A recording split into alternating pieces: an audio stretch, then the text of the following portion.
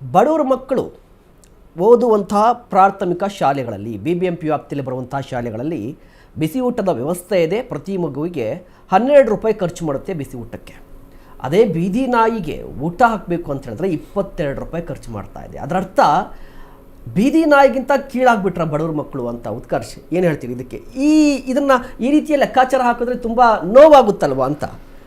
ನೋಡಿ, ಇವತ್ತು ಸರ್ಕಾರದ ವ್ಯವಸ್ಥೆಯಲ್ಲಿ ಸರ್ಕಾರದ ಖಜಾನೆಯಲ್ಲಿ ಹಣ ಇಲ್ಲ. ಹಾಗಾಗಿ ಲೂಟಿ ಮಾಡಲಿಕ್ಕೆ ಒಂದು ವ್ಯವಸ್ಥೆ ಆಗಿದೆ. ಇದೊಂದು ರೀತಿಯ ರೂಪುರೇಷೆಗಳನ್ನು ತಯಾರು ಮಾಡ್ಕೊಳ್ತಕ್ಕಂಥದ್ದು ಕೂಡ ಆಗ್ತಾ ಇದೆ. ಇವತ್ತು ಸರ್ಕಾರದ ಯಾವುದೇ ಇಲಾಖೆ ತಗೊಳ್ಳಿ, ಗ್ರಾಮೀಣಾಭಿವೃದ್ಧಿ ಇರ್ಬೋದು, ಆರೋಗ್ಯ ಇರ್ಬೋದು, ಅಥವಾ ಶಿಕ್ಷಣ ಇರ್ಬೋದು, RDPR ಇಲಾಖೆ ಇರ್ಬೋದು, IT-BT ಸೆಕ್ಟರ್ ಇರ್ಬೋದು, ಕೃಷಿ ಇರ್ಬೋದು, ಎಲ್ಲಾ ಇಲಾಖೆಗಳಲ್ಲಿ, ವಿಶೇಷವಾಗಿ ನಗರಾಭಿವೃದ್ಧಿಯಲ್ಲಿ ಕೂಡ ಎಲ್ಲಾ ಇಲಾಖೆಯಲ್ಲಿ ಕೂಡ ಕಮಿಷನ್ ದಂಧೆ ನಡೀತಾ ಇದೆ. ಅಬಕಾರಿ ಇಲಾಖೆಯಲ್ಲಂತೂ ಹೇಳಲಿಕ್ಕೆ ಆಗೋದಿಲ್ಲ, ಆ ರೀತಿಯ ಭ್ರಷ್ಟಾಚಾರ ಅನ್ನುವಂಥ ತಾಂಡವಾಡ್ತದೆ. ಮತ್ತೆ ವಿಶೇಷವಾಗಿ ಇವತ್ತು BBMP ಅಂತಂದ್ರೆ ಎಲ್ಲರ ಮನಸ್ಸಿನಲ್ಲಿ ಇರ್ತಕ್ಕಂಥದ್ದು ಭ್ರಷ್ಟಾಚಾರದ ಅನೇಕ ರೀತಿಯ ಆರೋಪಗಳು BBMP ಮೇಲಿದೆ. ಅತ್ಯಂತ ಭ್ರಷ್ಟ ಅಧಿಕಾರಿಗಳು ಇವತ್ತಿಗೂ ಕೂಡ ಅಲ್ಲಿದ್ದಾರೆ. ಇವತ್ತು ಬಹಳ ಸ್ಪಷ್ಟವಾಗಿ ನೀವು ಹೇಳದಂಗೆ 12 ರೂಪಾಯಿ ಬೆಂಗಳೂರಿನಲ್ಲಿ ಇರ್ತಕ್ಕಂಥ ಸರ್ಕಾರಿ ಶಾಲೆ ವಿದ್ಯಾರ್ಥಿ ಮೇಲೆ ಇವ್ರು ತಗೊಳ್ತಾರೆ. ಆದ್ರೆ ನಾಯಿ ಮೇಲೆ ಇವ್ರು ಇನ್ವೆಸ್ಟ್ ಮಾಡ್ತಾ ಇರ್ತಕ್ಕಂಥ ದುಡ್ಡು ಎಷ್ಟು ಅಂತಂದ್ರೆ 27 ರೂಪಾಯಿ. ಇಲ್ಲಿ ನೋಡಿ, ನಾನು ಈಗ ಜಸ್ಟ್ ಶಾಲೆಗಳಲ್ಲಿ ಇರ್ತಕ್ಕಂಥ ಅದೇ ನಿಮ್ಗೆ ಕೊಡ್ತೀನಿ, ಒಂದು ಲೆಕ್ಕ ಆಗ್ತಿದೆ. ಈಗ ಒಟ್ಟೆ ಲೆಕ್ಕ ಇರುವಂಥದ್ದು 3 ಲಕ್ಷ ಹೆಚ್ಚು ಕಡಿಮೆ ಬೀದಿ ನಾಯಿಗಳಿದೆ ಅಂತ. 22 ರೂಪಾಯಿ ಅಂತ ಹಾಕಿದ್ರೆ 3 ಲಕ್ಷ ನಾಯಿಗಳಿಗೆ ಏನಾದರೂ ನೀವು ಊಟ ಹಾಕ್ಲಿಕ್ಕೆ ಹೋದ್ರೆ 66 ಕೋಟಿ ಆಗುತ್ತೆ. ಎಲ್ಲಿಂದ ಅದನ್ನೇ ಹೇಳಲಿಕ್ಕೆ ಬಂದೆ. ಶಾಲೆಗಳಲ್ಲಿ ಇವತ್ತು ಸರ್ಕಾರಿ ಶಾಲೆಗಳಲ್ಲಿ ವಿದ್ಯಾರ್ಥಿಗಳ್ರಿ ಜನಸಾಮಾನ್ಯರವರು. ಆ ಸರ್ಕಾರಿ ಶಾಲೆಗಳಲ್ಲಿ ವಿದ್ಯಾರ್ಥಿಗಳಿಗೆ ನೀವು ಕೊಡಬೇಕಾದಂತ ಮೂಲಭೂತ ಸೌಕರ್ಯಗಳಿಲ್ಲ. ಅವರು ಕೊಡಬೇಕಾದಂತ ಬಿಸಿ ಊಟವನ್ನು ನಿಲ್ಲಿಸಿದ್ದೀರಾ. ಸರಿಯಾಗಿ ನೀವು ಇವತ್ತು ಪ್ರತಿ ಶಾಲೆಗಳಿಗೆ 50 kg ಬೇಳೆ ಹೋದ್ರೆ ಅದ್ರಲ್ಲಿ 12 kg ಬರೀ ಕಲ್ಲು ಕಡ್ಡಿ, 38 kg ನೀವು ಕಳಪೆ ಬೇಳೆ ಅನ್ಕೊಟ್ಟು ಅಲ್ಲಿ ಸರಿಯಾದ ಬಿಸಿ ಊಟದ ವ್ಯವಸ್ಥೆ ಇಲ್ಲ. ಊಟದ ವ್ಯವಸ್ಥೆ ಅಂತೂ ಅತ್ಯಂತ ಹೀನಾಯ ಪರಿಸ್ಥಿತಿಗೆ ತಲುಪಿದೆ. ಸೊ ಜನಸಾಮಾನ್ಯರ ಪರಿಸ್ಥಿತಿನೇ ಇವತ್ತು ಇದಿರ್ಬೇಕಾದ್ರೆ ಇವತ್ತು ಸ್ಮಾರ್ಟ್ ಮೀಟರ್ ಎನ್ನುವಂತ ದೊಡ್ಡ ದಂಧೆಯನ್ನೇ BBMP ಮಾಡ್ತಾ ಇದೆ.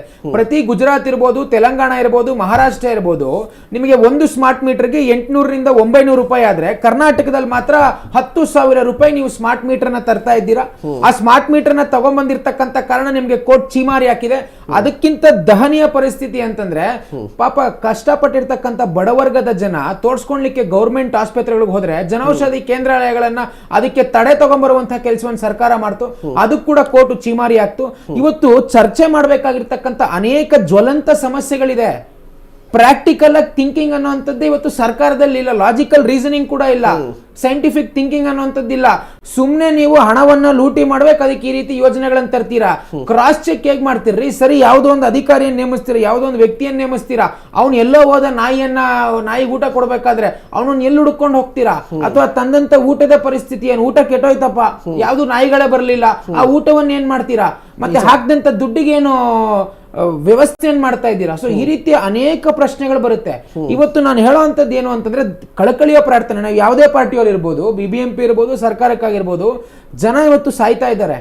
ಜನಗಳಿಗೆ ಸಿಗ್ಬೇಕಾದಂತ ಮೂಲಭೂತ ಅಂಶಗಳು ಸಿಗ್ತಾ ಇಲ್ಲ. ಬೆಲೆ ಏರಿಕೆಯಿಂದ ತತ್ತರಿಸಿದ ಜನ. ನೀವು ಅದನ್ನ ಚರ್ಚೆ ಮಾಡಿ, ಅದಕ್ಕೆ ಏನೇನ್ ಯೋಜನೆಗಳನ್ನ ತರಬಹುದು ಅದಕ್ಕೆ ತಗೊಬನ್ನಿ. ನೀವು ಅದು ಬಿಟ್ಟು ಈ ರೀತಿ ಜನರ ದುಡ್ಡನ್ನು ತಗೊಂಡು ಹೋಗಿ ನಾಯಿಗಳಿಗೆ ನಾವು ಚಿಕನ್ ಬಿರಿಯಾನಿ ಕೊಡ್ತೀವಿ, ಇನ್ನೊಂದೇನೋ ಕೊಡ್ತೀವಿ ಅನ್ನುವಂಥದ್ದು ಎಷ್ಟರ ಮಟ್ಟಿಗೆ ಸರಿ ಅಂತ ನಾವೆಲ್ಲ ಕೂಡ ಚರ್ಚೆ ಮಾಡ್ಬೇಕು. ಮತ್ತೆ ಬಹಳ ಪ್ರಮುಖವಾಗಿ ಇಲ್ಲಿ ಊಟ ಕೊಡುವಂಥದ್ರ ಬಗ್ಗೆ ಏನು ಸಮಸ್ಯೆ ಅನ್ನುವಂಥದ್ದಲ್ಲ, ಆದ್ರೆ ಇದನ್ನ ಅಸ್ತಿತ್ವಕ್ಕೆ ಎಕ್ಸಿಕ್ಯೂಷನ್ಗೆ ತರಬೇಕಾದ್ರೆ ಎಷ್ಟರ ಮಟ್ಟಿಗೆ ನೀವು ಎಕ್ಸಿಕ್ಯೂಟ್ ಮಾಡ್ತೀರಾ? ಮತ್ತು ಬಹಳ ಪ್ರಮುಖವಾಗಿ ಇವತ್ತಿನ ಸರ್ಕಾರ ಈಗಾಗಲೇ ಖಜಾನೆಯಲ್ಲಿ ದುಡ್ಡಿಲ್ಲದೆ ಬಹಳಷ್ಟು ಸಮಸ್ಯೆಗಳನ್ನು ಅನುಭವಿಸ್ತಾ ಇದೆ. ಇನ್ನು ಎಷ್ಟರ ಮಟ್ಟಿಗೆ ಇವರು ಇದನ್ನ ಅಸ್ತಿತ್ವಕ್ಕೆ ತರೋ ಕಡೆ ಕೆಲಸ ಮಾಡ್ತಾರೆ? ಮೂಕ ಪ್ರಾಣಿಗಳ್ರಿ ಪಾಪ ಅವರು. ವಿದ್ಯಾರ್ಥಿಗಳದ್ದೇ ಈ ಪರಿಸ್ಥಿತಿ, ಜನಸಾಮಾನ್ಯರದ್ದೇ ಈ ಪರಿಸ್ಥಿತಿ. ಇನ್ನೊಂದು ಪ್ರಶ್ನೆ ಬರ್ತೀಗ, ಯಾವ್ದಾದ್ರು ಹಾಸ್ಟೆಲ್ಸ್ ಆಗಿರ್ಬೋದು, ಹಾಸ್ಟೆಲ್ಸ್ ಅಲ್ಲಿ ಏನಾದ್ರು ಊಟ ಸರಿ ಇಲ್ಲ ಅಂತ ಹೇಳಿದ್ರೆ ವಿದ್ಯಾರ್ಥಿಗಳು ಪ್ರತಿಭಟನೆ ಮಾಡ್ತಾರೆ. ಈಗ ನಾಯಿ ಅಂತೂ ಪ್ರತಿಭಟನೆ ಮಾಡ್ಲಿಕ್ಕೆ ಆಗೋದಿಲ್ಲ.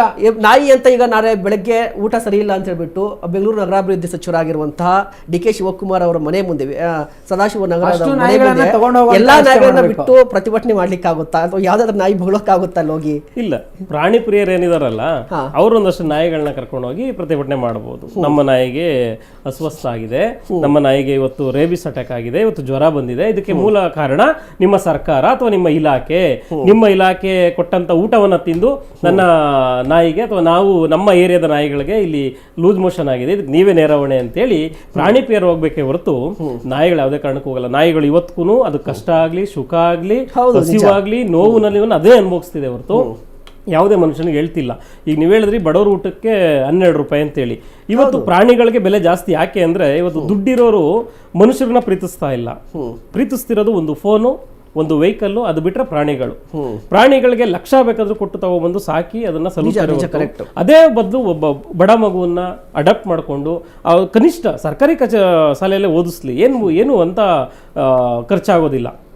ನೀವು ನಾಯಿಗೆ 1 ಲಕ್ಷ ಕೊಟ್ಟು ನಾಯಿ ತರ್ತೀರಿ, ಪ್ರತಿದಿನ ಅದಕ್ಕೆ ಬಟ್ಟೆ ಹೊಲಿಸ್ತೀರಿ, ಅದೇ ಬಟ್ಟೆನ ಒಂದು ಬಡ ಮಕ್ಳಿಗೆ ದಾನ ಮಾಡಿ, ಅವಾಗ ನಿಮ್ಮನ್ನ ದೇವರು ಕಾಪಾಡೋದಿಲ್ಲ. ಅದಕ್ಕೆ ನಾನು ಕೊಡ್ತೀನಿ ಸರ್. ಇದೇನು ಗೊತ್ತಾ, ಎಷ್ಟೋ ಮಂದಿ ಏನು ಮಾಡ್ತಾರೆ ಅಂತ ಹೇಳಿದ್ರೆ, ಆಕ್ಸಿಡೆಂಟ್ ಆದಂಥ ಸಂದರ್ಭದಲ್ಲಿ ದೊಡ್ಡವರೆಲ್ಲ ತುಂಬ ಪ್ರಾಣಿ ಪ್ರಿಯರೇ ಆಗಿರ್ತಾರೆ. ಏನಾದರೂ ವ್ಯಕ್ತಿಗೆ ಆಕ್ಸಿಡೆಂಟ್ ಆಗಿಬಿಟ್ರೆ ಅಲ್ಲಿ ರಕ್ತ ನಿಲ್ಲಕ್ಕೆ ಬಟ್ಟೆ ಕೂಡ ಕಟ್ಟಲ್ಲ ಸರ್. ಅಂಥವ್ರು ಬಿಟ್ಟು ಲಕ್ಷ ಕೊಟ್ಬಿಟ್ಟು ಪ್ರಾಣಿ ಸಾಕ್ತಾ ಇರ್ತಾರೆ. ಅವ್ರಿಗೆ ಮನುಷ್ಯ ಕೂಡ ಒಬ್ಬ ಪ್ರಾಣಿ, ಮಾನವೀಯತೆ ಸತ್ತೋಗ್ಬಿಟ್ಟಿದೆ ಅಂತ. ಅದೇ ಸರ್, ಜನಗಳು ಪ್ರೀತಿಸ್ತಿರೋದು ಇಷ್ಟೇನೆ, ಮನುಷ್ಯತ್ವನ ಪ್ರೀತಿಸ್ತಿಲ್ಲ, ಮನುಷ್ಯನನ್ನ ಪ್ರೀತಿಸ್ತಿಲ್ಲ. ಇವತ್ತು ದ್ವೇಷ, ಅಸೂಹೆಯನ್ನು ಜಾಸ್ತಿ ಆಗಿದೆ. ಇವತ್ತು ಸಾಮಾಜಿಕ ಜಾಲತಾಣದಲ್ಲೂ ಅಷ್ಟೇ ನೀವು ಒಳ್ಳೆ ವಿಚಾರವನ್ನು ಹಂಚ್ಕೊಂಡ್ರೆ ಕನಿಷ್ಠ 10 ಜನನು ನೋಡೋದಿಲ್ಲ. ಅದೇ ನೀವು ಯಾವ್ದಾದ್ರು ಕ್ರೈಮ್ ರಿಲೇಟೆಡ್ ಇನ್ನೊಂದು ರಿಲೇಟೆಡ್ ತಗೊಂಬನ್ನಿ, ಅದು ಸಿಕ್ಕಾಬಿಟ್ಟೆ ಯೂಸ್ ಆಗುತ್ತೆ. ಅದಕ್ಕೆ ಜನಗಳಿಗೆ ಬೇಕಾಗಿರೋದು ಏನಂತ, ಒಳ್ಳೇದು ಯಾರಿಗೂ ಬೇಕಿಲ್ಲ, ಒಳ್ಳೆಯವ್ರು ಯಾರಿಗೂ ಬೇಕಾಗಿಲ್ಲ. ಲೂಟಿ ಮಾಡೋರು ಬೇಕಿದೆ, ದ್ವೇಷ ಮಾಡೋರು ಬೇಕಿದೆ, ಕ್ರೈಮ್ ಬೇಕಿದೆ, ಸೆಕ್ಸ್ ಬೇಕಿದೆ. ಇದೆಲ್ಲವೂ ಮನುಷ್ಯನ ಆಳವಾಗಿ ಹೋಗ್ಬಿಟ್ಟಿದೆ. ಹಾಗಾಗಿ ಬಡವರನ್ನ ನೋಡಿದಾಗ ಕರಗೋ ಮನಸ್ಸು ಯಾರಿಗೂ ಇಲ್ಲ, ಮನುಷ್ಯತ್ವದಲ್ಲಿ ಪ್ರೀತಿ ಮಾಡೋದು ಯಾರಿಗೂ ಇಲ್ಲ. ಇವತ್ತು ಇನ್ವಿಟೇಷನ್ ಕಾರ್ಡ್ ಅನ್ನ ವಾಟ್ಸಪ್ ಅಲ್ಲಿ ಕಳಿಸೋದು ರೂಢಿ ಆಗೋಗಿದೆ. ಮುಂಚೆ ಹುಡಿಕೊಂಡು ಹೋಗಿ ಎಲ್ಲಿದಾರಲ್ಲಿ ಹೋಗಿ ಹಳ್ಳಿ ಹುಡ್ಕೊಂಡು ಹೋಗಿ ನಾವು ಇನ್ವಿಟೇಷನ್ ಮದುವೆ ಕರೀತಾ ಇದ್ವಿ. ಇವತ್ತು ಯಾರು ಕರೀತಿದ್ದಾರೆ? ಇವತ್ತು ಎಲ್ಲವೂ ಬದಲಾಗಿದೆ. ಆದ್ರೆ ಪ್ರತಿಯೊಬ್ಬ ಮನುಷ್ಯನಿಗೆ ಅಗತ್ಯವಾಗಿರಬೇಕಾಗಿರೋದಂಥದ್ದು ಮನುಷ್ಯತ್ವ. ಆ ಮನುಷ್ಯತ್ವ ಇರೋದ್ರಿಂದಾನೇ ಬೆಂಗಳೂರಲ್ಲಿ ಒಂದಷ್ಟು ಪ್ರಾಣಿ ಪ್ರಿಯರು, ಇವತ್ತು ಒಂದಷ್ಟು ಪಾರಿವಾಳಗಳಿಗೆ ಊಟ ಆಗ್ತಿರುವಂಥದ್ದು, ನಾಯಿಗಳಿಗೆ ಊಟ ಆಗ್ತಿರುವಂಥದ್ದು. ಇವತ್ತು ನನ್ನ ಮನೆಗೆ ಪ್ರತಿದಿನ 4 ಬೆಕ್ಕುಗಳು ಬೆಳಗ್ಗೆನೂ ಬರ್ತವೆ, ರಾತ್ರಿನೂ ಬರ್ತವೆ. ನನ್ನ ಮನೇಲಿ ಮಲಗೋದಿಲ್ಲ ಅವು, ಆದ್ರೆ ಬೆಳಗ್ಗೆ ರಾತ್ರಿ ಬಂದು ನನ್ನ ಮನೇಲಿ ಹಾಲುವನ್ನು ತಿಂದು ಹೋಗ್ತವೆ. ಅದು ನಾನು ಮಾಡ್ತಿರುವಂಥ ಧರ್ಮ. ಹಾಗಾಗಿ ಪ್ರತಿಯೊಬ್ಬರು ತನ್ನ ಏರಿಯಾದಲ್ಲಿರುವಂತಹ ಪ್ರಾಣಿಗಳನ್ನ, ಬೀದಿ ನಾಯಿಗಳನ್ನ ಪ್ರೀತಿಸಬೇಕಿದೆ. ಕೆಲವು ಅಹಿತಕರ ಘಟನೆಗಳಾಗಿದೆ, ಅದಕ್ಕೂ ನಾವು ಪರಿಹಾರ ಕಂಡುಕೊಳ್ಬೇಕೇ ಹೊರತು ಆ ನಾಯಿ ನನಗೆ ಕಚ್ಚಕ್ಕೆ ಬರ್ತು, ಬಗಳಕ್ಕೆ ಬರ್ತು ಅಂತೇಳಿ ನಾವು ಅದನ್ನು ದ್ವೇಷಿಸಬಾರ್ದು. ಅದಕ್ಕೇನೋ ಹೊಟ್ಟೆ ಹಸಿದಿರ್ಬೋದು, ಅದಕ್ಕೆ ಬಂದಿರ್ಬೋದು, ಅದಕ್ಕೇನೋ ನೋವಿರ್ಬೋದು. ಆ ನೋವನ್ನು ಆಲಿಸುವಂತ ಮನಸ್ಥಿತಿ ಪ್ರತಿಯೊಬ್ಬ ಮಾನವನಿಗೂ ಬಂದ್ರೆ ಇಂಥ BBMP ಅವರು ಫ್ರೀಯಾಗಿ ಊಟ ಹಂಚೋದು ಬೇಕಾಗಿಲ್ಲ, ಸರ್ಕಾರನು ಇದಕ್ಕೆ ಜವಾಬ್ದಾರಿ ತಗೊಂಡು ಬರುವಂತ ಅವಶ್ಯಕತೆ ಇಲ್ಲ. ಓಕೆ ಪ್ರಸಾದ್ ಸರ್, ನೋಡಿ ಈಗ ನಾನು ಸ್ಟಾರ್ಟಿಂಗಿಂದ ಒಂದು ಪ್ರಶ್ನೆ ಕೇಳ್ತಾ ಇದ್ದೀನಿ. ನೋಡಿ, ನಾಯಿಗಳಿಗೆ ಊಟ ಕೊಡೋದ್ರಲ್ಲಿ ನಾವೇನು ಕೂಡ ತಕರಾರನ್ನು ತೆಗಿತಾ ಇಲ್ಲ. ಬಟ್ ಮಕ್ಕಳಿಗೇನೆ, ಬಡವ್ರ ಮಕ್ಕಳಿಗೇನೆ 12 ರೂಪಾಯಿ ಕೊಡ್ತೀರಿ ನೀವು ಒಂದು ಊಟಕ್ಕೆ, ನಾಳೆಗೆ 22 ರೂಪಾಯಿ ಅಂತ ಲೆಕ್ಕ ಹಾಕ್ತಿದ್ರಿ. ಈ ಓವರಾಲ್ ಆಗಿ ನೋಡ್ತಿದ್ರೆ ಇದು ದುಡ್ಡು ಹೊಡೆಯೋ ಒಂದು ಸ್ಕ್ಯಾಮ್ ಅಷ್ಟೇ ಅಂತ. ಆಯಿತು, ನಾನು ನಿಮಗೆ ಒಂದು ಪ್ರಶ್ನೆ ಕೇಳ್ತೇನೆ. ಅವ್ರಿಗೆ ಮಕ್ಕಳು ಕೊಡೋದು ವೆಜ್ಜಾ ನಾನ್ ವೆಜ್ಜಾ? ಅವರು ವೆಜ್ಜು ಕೊಡ್ತಾರೆ, ಮೊಟ್ಟೆನೂ ಕೊಡ್ತಾರೆ. ಅಲ್ಲ, ಚಿಕನ್ ಕೊಡ್ತಾರಾ? ಇಲ್ಲ. ಹಾಗಾದ್ರೆ ಈಗ ನಾಯಿ ಕೊಡೋ ಚಿಕನ್ ಅಲ್ಲಿ ನಿಮ್ಗೆ ಯಾರು ಹೋಗಿ ಚೆಕ್ ಮಾಡ್ತಾರೆ? ಅವರು ಬರೀ ಚರ್ಮ ಕೊಡ್ತಾರ, ಕಾಲ್ ಕೊಡ್ತಾರ, ತಲೆ ಕೊಡ್ತಾರ ಅಂತ ಯಾರು ಏನು ಚೆನ್ನಾಗಿರುವಂತ ಪ್ರೋಟೀನ್ ಕರೆಕ್ಟ್ ಆಗಿರುವಂತ ಮಾಂಸವನ್ನೇ ಕೊಡ್ತಾರಂತ ಏನ್ ಗ್ಯಾರಂಟಿ ಇದೆ? ಇಲ್ಲ, ಹೋಗ್ಲಿ. ನೋಡಿ, ಮಕ್ಕಳಿಗೂ ನಾನ್ ವೆಜ್ ಕೊಡೋದು ಅಂತೇಳಿ ಇತ್ತು. ಬಟ್ ಏನಂದ್ರೆ ಅಲ್ಲಿ ಏನಾಗ್ತದೆ, ಕೆಲವರು ವೆಜ್ ಇರ್ತಾರೆ, ಕೆಲವರು ನಾನ್ ವೆಜ್ ಇರ್ತಾರೆ. ಇವಾಗ ಶಾಲೆಯಲ್ಲಿ ನಾನ್ ವೆಜ್ ಮಾಡ್ಬಿಟ್ಟು ಅಂದ್ರೆ ಮೊಟ್ಟೆಗೆ ಸುಮಾರು ಆ ಒಂದು ಉದ್ದೇಶದಿಂದನೇ ಇಲ್ದರೆ ಇನ್ನೂ ಹೆಚ್ಚು ಹಣ ಖರ್ಚು ಮಾಡಿ ನೀವು ಹೇಳ್ತಾ ಇರೋದು ನಾಯಿಗಳಿಗೆ ನಾನ್ ವೆಜ್ ಕೊಡೋದು 20 ರೂಪಾಯಿ ಖರ್ಚಾಗುತ್ತೆ ಅಂತ ಹೇಳ್ತಾ ಇರೋದು ಅಷ್ಟೇ. ನೀವು 5,000 ನಾಯಿಗಳಿಗೇನೆ ಸರ್, 5,000 ನಾಯಿಗಳಿಗೇನೆ ನೀವು 2 ಕೋಟಿ ಅಂತ ತಗೊಳ್ಳಿ ಹೆಚ್ಚು ಕಡಿಮೆ. ಇನ್ನ 3 ಲಕ್ಷ ನಾಯಿಗಳಿಗೆ ಎಷ್ಟಾಗುತ್ತೆ ಸರ್? ನೋಡಿ, ಅವರು 1 ವರ್ಷಕ್ಕೆ ಎಷ್ಟಾಗುತ್ತೆ ಸರ್? 5 ವರ್ಷಕ್ಕೆ ಎಷ್ಟಾಗುತ್ತೆ ಸರ್? 3 ಲಕ್ಷಕ್ಕೆ ತಗೊಂಡಿರುವಂತದ್ದು ನೆಕ್ಸ್ಟ್ ಮುಂದಿನ ಬಜೆಟ್ಗೆ ಜಾಸ್ತಿ ತಗೊಂತಾರೆ. ಏರಿಕೆ ಆಗುತ್ತೆ ಹೊರತು. ಆಮೇಲೆ ಇಲ್ಲಿ ನೋಡಿ, BBMP ಇಲಾಖೆ ಒಪ್ಕೊಂತಿದೆ, ಸಣ್ಣ ಅಸಾಮರ್ಥ್ಯವನ್ನ ಒಪ್ಕೊಂತಾ ಇದೆ. ಏನು ಪ್ರಾಣಿಗಳ ಸಂಖ್ಯೆ, ಇವರು ನಾಯಿಗಳನ್ನ ಸಂತಾನಹರಣ ಮಾಡ್ತಿದ್ದಾರೆ, ಅದು ಒಂದು ಕಡೆ ಸ್ಕ್ಯಾಮ್ ಆಗ್ತಿದೆ.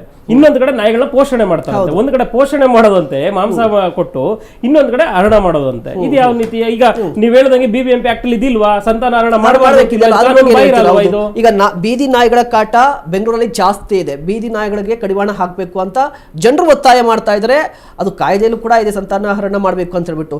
ನೀವು ಸಂತಾನಹರಣ ಮಾಡೋದು ಬಿಟ್ಬಿಟ್ಟು ಮತ್ತೊಂದು ಕಡೆ ಪೋಷಣೆ ಮಾಡೋದೆಷ್ಟು ಸರಿ? ಈಗ ಹಾಗಾದ್ರೆ ಜನರಿಗಿಂತ ನಿಮ್ಗೆ ನಾಯಿಗಳು ಮುಖ್ಯ ಆಗುತ್ತೆ ಅಂತ ಪ್ರಶ್ನೆ ಬರುತ್ತಲ್ವಾ? ಇದು ನೋಡಿ, ಅನಿಮಲ್ ಬರ್ತ್ ಕಂಟ್ರೋಲ್ ಬಂದು ಆಗ್ತಾ ಇದೆ. ಓಕೆ, ಪಾಪ್ಯುಲೇಷನ್ ಅಂಡರ್ ಕಂಟ್ರೋಲ್ ಆಗಿದೆ. ಮತ್ತು ನೋಡಿ, ಇದು ಬಂದು ಸುಪ್ರೀಂ ಕೋರ್ಟ್ ಆರ್ಡರ್ ಪ್ರಕಾರ ಎಲ್ಲ ಈಗ ರೀಸೆಂಟ್ಲಿ RDPRಗೆ ಸಹ ಆದೇಶ ಹೋಗಿದೆ. ತಾಲೂಕು ಪಂಚಾಯತ್ ಮಟ್ಟದಲ್ಲಿ ಸಹ ಬೀದಿ ನಾಯಿಗಳಿಗೆ ಆಪರೇಷನ್ ಮಾಡಬೇಕು. ಯಾಕಂದರೆ ಮೊದಲೆಲ್ಲ ಬೀದಿ ನಾಯಿನ ಸಾಯಿಸ್ಬಿಡ್ತಾ ಇದ್ರು, ಇವಾಗ ಸಾಯಿಸಂಗಿಲ್ಲ, ಆಪರೇಷನ್ ಮಾಡಬೇಕು. ಇದು ಎಲ್ಲ ಕಡೆ ಆಗ್ತಾ ಇದೆ. ಇದ್ರ ಜೊತೆಯಲ್ಲಿ ಇನ್ನೊಂದು ಭಾಗ ಬಂದು ವೆಲ್ಫೇರು.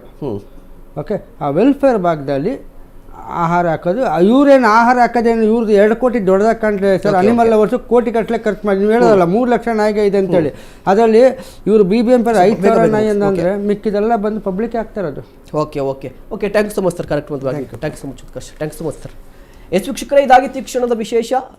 ನೋಡ್ತಾ ಇರಿ ಅಶ್ವವೇಗ ನ್ಯೂಸ್. ಇದು ಸತ್ಯಾನ್ವೇಷಣೆಯ ಓಟದಲ್ಲಿ.